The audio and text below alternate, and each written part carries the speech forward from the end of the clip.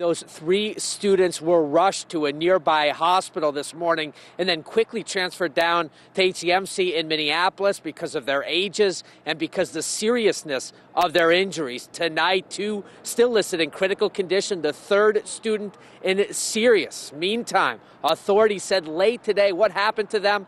No accident. They have arrested the pickup truck driver who slammed into them. You know, it's nuts out here at Maynard. This place, the outdoor patio, absolutely packed. You know, it's funny, I was talking to management a little while ago, and that outdoor bar behind me, sure, they've opened it in the past on a nice St. Patrick's Day, but that's March 17th. February 17th, unheard of. Guys, you know, Christopher Blair, described as 6'1", 212 pounds. He's last seen wearing a black hoodie with Blair, his last name, stitched on back. Police tell me the 35-year-old does have family across the metro as they look for him. Tonight he is charged with rape for impregnating an 11-year-old girl. And it isn't the first time he's been accused of molesting a young child. Are you scared? Right now, yes. I want him caught so everyone can have an ease of mind. This woman didn't want to be in front of the camera, but she has a history with Christopher Blair and knows what the level 3 predatory offender is capable of. According to these court documents, back in 2011, the woman's then 5-year-old daughter came forward, alleging that Blair had sexually molested her. Is there any healing from something like this? No. You just learn to live with it and try to make the best of life. But there really isn't. Authorities in South St. Paul now believe Blair has reoffended and have been searching for him for several days. We know he moved into this apartment building on Concord Street North in August when there was a community-wide notification because of his threat level. Now, there's a new arrest warrant out for Blair as more sickening allegations emerge. Blair accused of impregnating an 11-year-old girl in recent months. With past convictions for kidnapping, aggravated robbery, assault, and a felon in possession of a weapon, police urging caution as they ask people to be on the lookout for Blair and his car, this silver Ford Fiesta. Don't approach them, just call 911 immediately, and if you can keep eyes on them, that'd be appreciative until law enforcement can show up. Is Christopher a danger? I believe so. He's a very patient man. We've lived in fear for 5 years now. And I just got off the phone with Christopher Blair's mom. She tells me she actually has that car in her garage. She tells me she isn't sure if these allegations are all true. Regardless, now she just wants to search and peacefully. We're live in the newsroom. Paul Blume, Fox 9. And let's get right to this breaking news. Randy, guilty across the board, 12 counts, all guilty for Alan Scarsella. You mentioned this jury clearly taking its responsibilities here seriously. They had a couple questions during the course of the day. They deliberated for 7 hours. And one thing this jury did do early this morning, they asked to watch the videos from the 4th precinct the night of the shooting, scrutinizing it, I'm told, almost frame by frame before again reaching this guilty verdict at the end of a very long, nearly 3-week trial. After some 7 hours of deliberations, the verdict in: guilty, guilty, guilty. A total of 12 felony counts, rioting, as well as first and second degree assault with a dangerous weapon. The jury finding Alan Scarsella guilty across the board. One of the shooting victims still recovering from his injuries, relieved and grateful. Man, at first I was kind of scary. I had a lot of doubts because I know, the white supremacy was on his side, but I'm just happy that the verdict came out the way that it came out and that me and the other 4 brothers had got justice.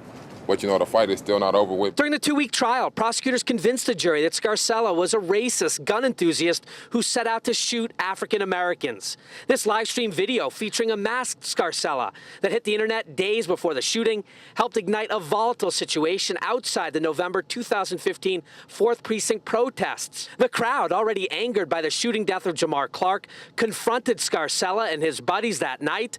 Scarsella's legal team had argued Scarsella only opened fire because he feared for his life, the defendant even taking the stand in his own defense. But the jury and shooting victim Cameron Clark didn't buy the story at all. The video, the text messages, him texting the officer, and how he's saying that he wants to shoot black people, and he really came down there and shot us, and he really did his job as he was taking through the text messages.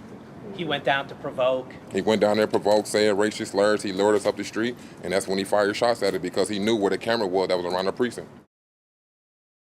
And I did just get done speaking with Hennepin County Attorney Mike Freeman. He insists his office here going for the maximum sentence, Scarsella to be sentenced in March. Freeman saying the office will be looking for somewhere in the neighborhood of 12 to upwards of 18 years behind bars. We're live outside the Hennepin County Courthouse, and I'm Paul Blume, Fox 9.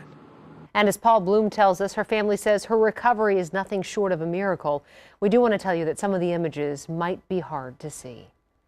Do you remember anything from that night? No, I don't. I just remember going to sleep, and next thing you know, I was in the hospital. What happened to Amanda Scott in between was an absolute nightmare. I had never seen anything. I referred it to as like a horror movie. You only see that in scary movies. Amanda was at home with her 3 daughters and 2 other children when their Alexandria house erupted in fire. The 5 kids made it out safely. Amanda did not. Firefighters found her in the front hallway, just feet from the door.